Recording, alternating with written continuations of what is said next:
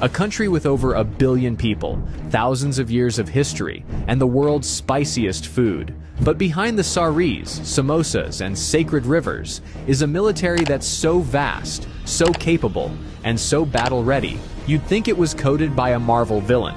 This is not the India you think you know. Because while some countries flex with parades, India just silently upgrades, drills in 3 climate zones, and prepares for war across land, sea, air, space, and cyberspace, all at once. So buckle up, because India's military might, it's on another level.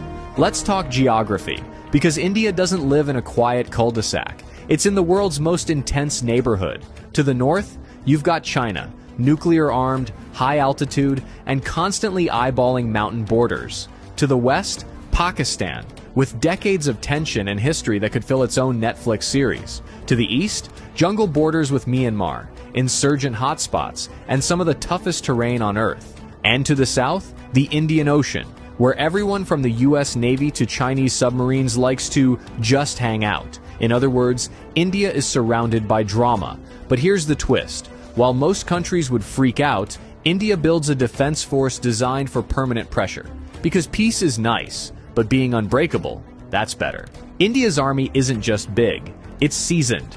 With over 1.2 million active personnel and hundreds of thousands in reserve, it's one of the largest standing armies on the planet.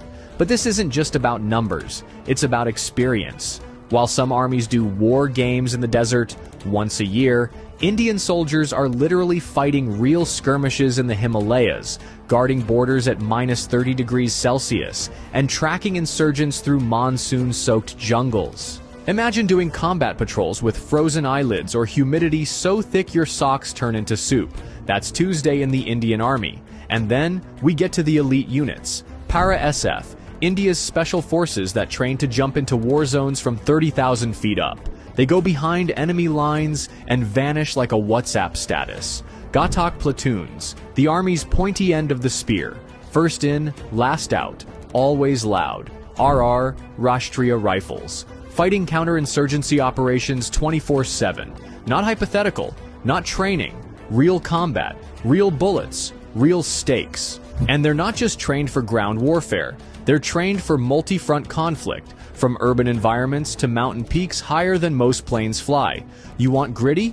India's army defines it. Now let's talk sky supremacy. The Indian Air Force, or IAF, doesn't mess around. With over 1,500 aircraft, it's one of the biggest and most versatile air forces in the world. And it flies everything. You've got Sukhoi Su-30 MK-IS, multi-role monsters that dogfight like fighter jets and strike like bombers. Rafale jets, precision, speed, stealth. These things could thread a needle from a mile away. Tejas, India's indigenous fighter jet that proves "Make in India" also means mess with me and perish. Oh, and the pilots? They train at altitudes where oxygen is a suggestion, and landing strips are made of ice. But IAF's strength goes beyond jets. You've got AWACS for battlefield surveillance, airborne refueling tankers for long-range operations, and missile systems that give enemy aircraft approximately 0 chances. In a real conflict, India could deploy squadrons to multiple theaters, rain down firepower from 3 directions, and still have jets in reserve. And did I mention they once bombed a terrorist camp 80 kilometers into another country, casually flew back and said, "Yup, we did that"? Yeah, they don't bluff. Now, let's go aquatic. India's Navy is the silent assassin of South Asia. It guards over 7,500 kilometers of coastline, controls key shipping lanes in the Indian Ocean, and has eyes on every passing vessel.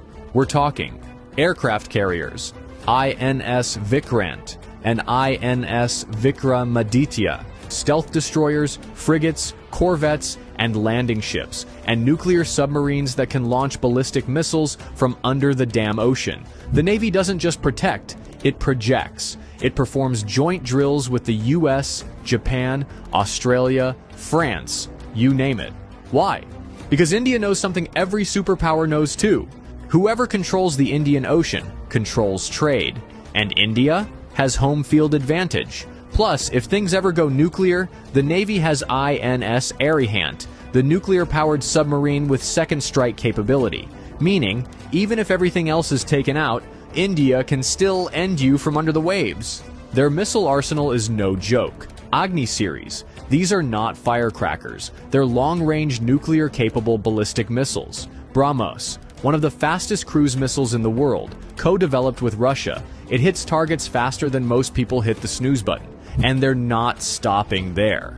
India is investing in hypersonic tech, anti-satellite weapons, AI-enabled drones, and space surveillance. You know that time India shot down its own satellite in orbit just to prove it could? Yeah, that was the military equivalent of flexing in zero gravity. And while other nations are figuring out drone warfare, India is already using domestically built UAVs for surveillance, target acquisition, and strike operations. This isn't just defense, it's domination through innovation.